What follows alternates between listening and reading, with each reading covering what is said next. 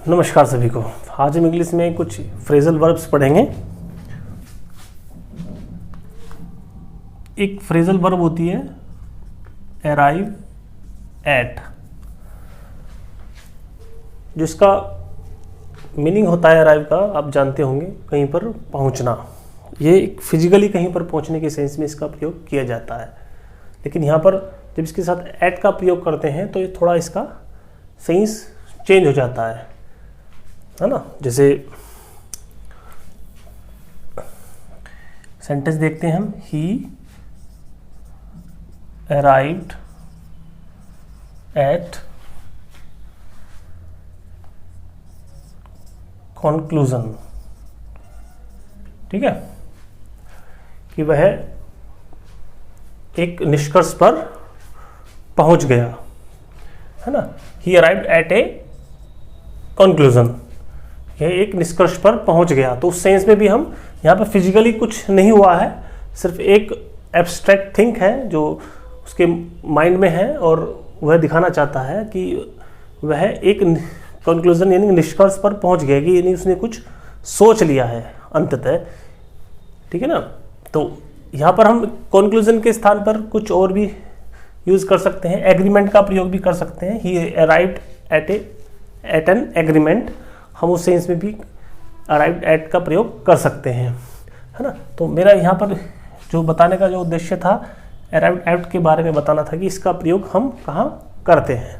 कि argued into का प्रयोग कहाँ करते हैं, जब किसी व्यक्ति को कोई काम करने के लिए फोर्स किया जाए तब हम आर्ग्यू इनटू का प्रयोग करते हैं। और अराइव्ड एट का प्रयोग कब करते हैं, जब हम किसी डिसीजन पर, किसी कंक्लूजन पर या किसी एग्रीमेंट पर पहुँचते हैं, तब हम अराइव्ड एट का प्रयोग करते हैं। ठीक है, तो ये इतना समझ में आया।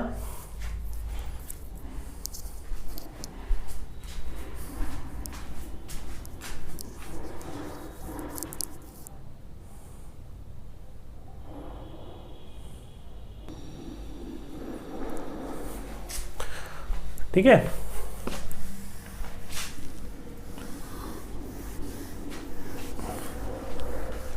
एक इडियम होता है,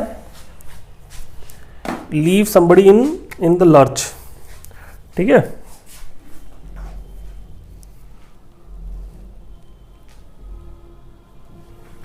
ठीक है, leave somebody in the lurch, leave somebody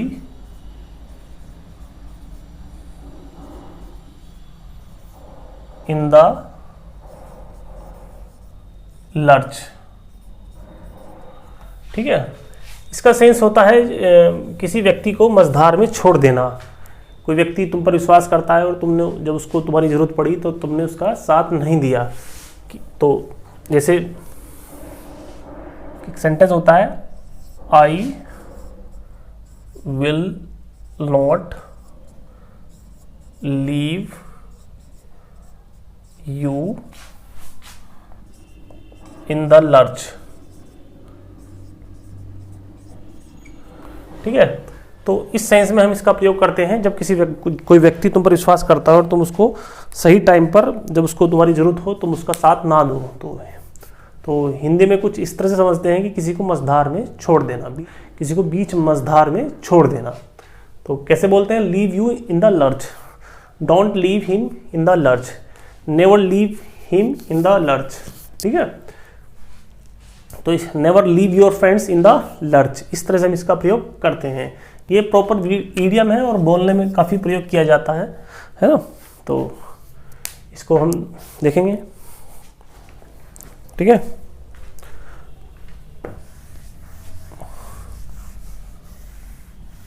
अच्छा, एक फ्रेजल वर्ब होती है मेक आउट। मेक आउट, इसका जो सेंस होता है वो होता है अंडरस्टैंड। ठीक है, जैसे कोई तुम कुछ सुनते हो कहीं पर, लेकिन उसे तुम प्रॉपरली नहीं सुन पाते, तो उस सेंस में हम इसका प्रयोग करते हैं। या प्रॉपरली सुन लेते हो तो उस सेंस में इसका प्रयोग करेंगे। जैसे I heard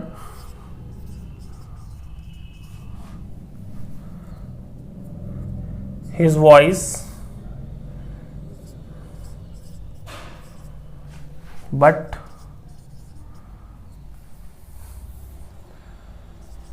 could not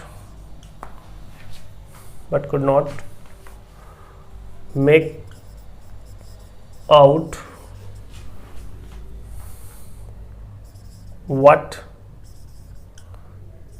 he said, है ना। मैंने उसकी आवाज़ सुनी लेकिन समझ नहीं सका कि उसने क्या कहा, तो इस सेंस में भी हम मेक आउट का प्रयोग करते हैं। ठीक है, तो ये अपने आप में काफ़ी इंपॉर्टेंट है और बोलने में भी इस्तेमाल की जाती है और राइटिंग में तो बहुत ज़्यादा इस्तेमाल की जाती है। ठीक है,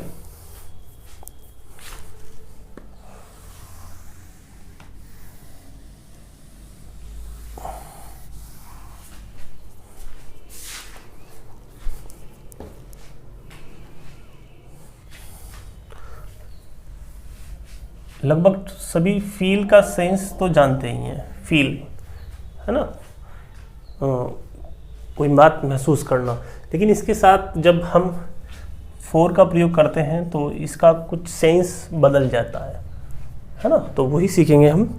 फील फोर का सेंस होता है किसी के लिए सिंपैथी रखना, जैसे यानी किसी के लिए मन में सहानुभूति रखना। आई रियली फील फॉर यू। ठीक है, तो इस सेंस में इसका प्रयोग करेंगे कि मुझे वास्तव में तुम्हारे लिए मेरे मन में सिंपैथी है। ठीक है, तो कोई दुर्घटना हो गई हो या कोई भी ऐसा काम हो गया हो जिसके लिए तुम इसके लिए बोल सकते हो। जैसे किसी का बच्चा फेल हो गया तो उसके लिए बोल सकते हैं I really feel for your child, है ना, I really feel for your child's failure. तो उस सेंस में भी हम इसका प्रयोग करते हैं। ठीक है, तो क्या जाना आपने कि फील फॉर का प्रयोग जो होता है ये जब किसी व्यक्ति के लिए हम अपने मन में सिंपैथी रखते हैं तब हम फील फॉर का प्रयोग